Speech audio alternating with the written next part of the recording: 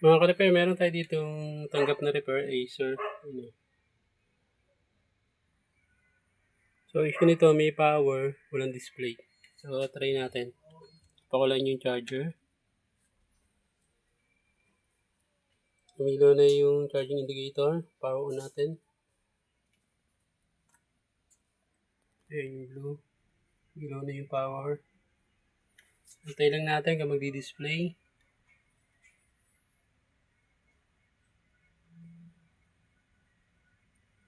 So, wala response. So, gagawin natin dyan, since walang display yan, pwedeng RAM yung problem nito. So, try natin tanggalin yung RAM.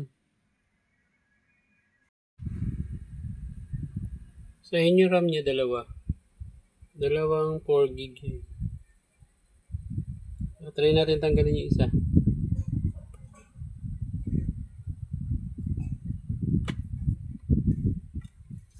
Tapos, salpak natin yung charger.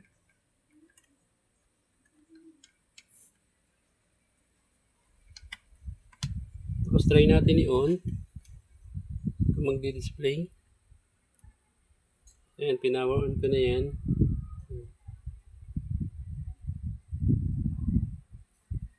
Try natin. Naka-power on yan. So, wala pa rin. Patayin muna natin ulit. So, ganito yung pagte-trace natin na pagte-troubleshooting natin.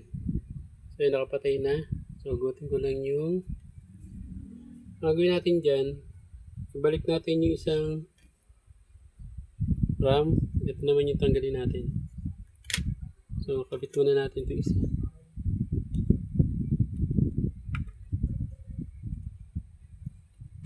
Tapos ito, tanggalin natin.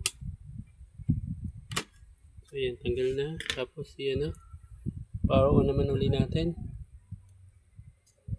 So, nag-power on na yan. Ayan, so, antayin natin kung mag-display.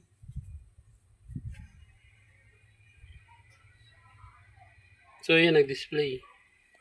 So, ibig sabihin,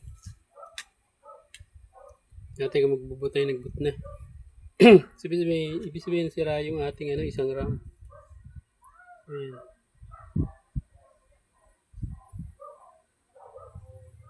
$4 gig. Sira. Try natin linisin kung kuha sa linis. Pero tingin ko, malinis pa kasi ito. So, try lang natin linisin. Tingnan natin kung mag-work. Linisin lang. Tingnan natin. Tatry na natin kung gagana.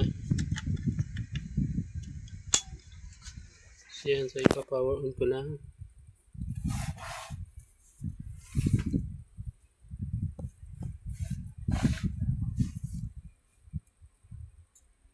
So, naka-power on na yan.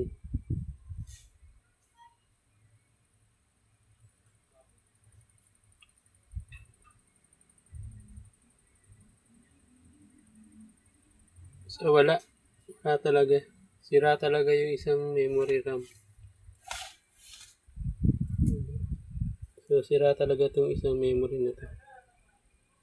So, ipapatayin natin.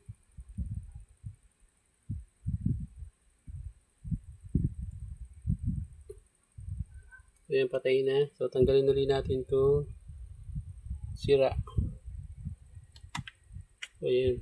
Tapos, i-on ulit natin. So, yan, naka-on na yan. So, tingnan natin kung magdi-display. So, yan. Mag-display nga. So, yan. Ito lang talaga ang sira. Isa. So, papalitan natin to. Tapos, ipa-final fix na natin.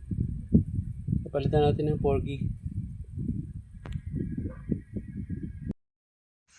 So, ayan. Okay na yung laptop na na-repair natin. Ayan.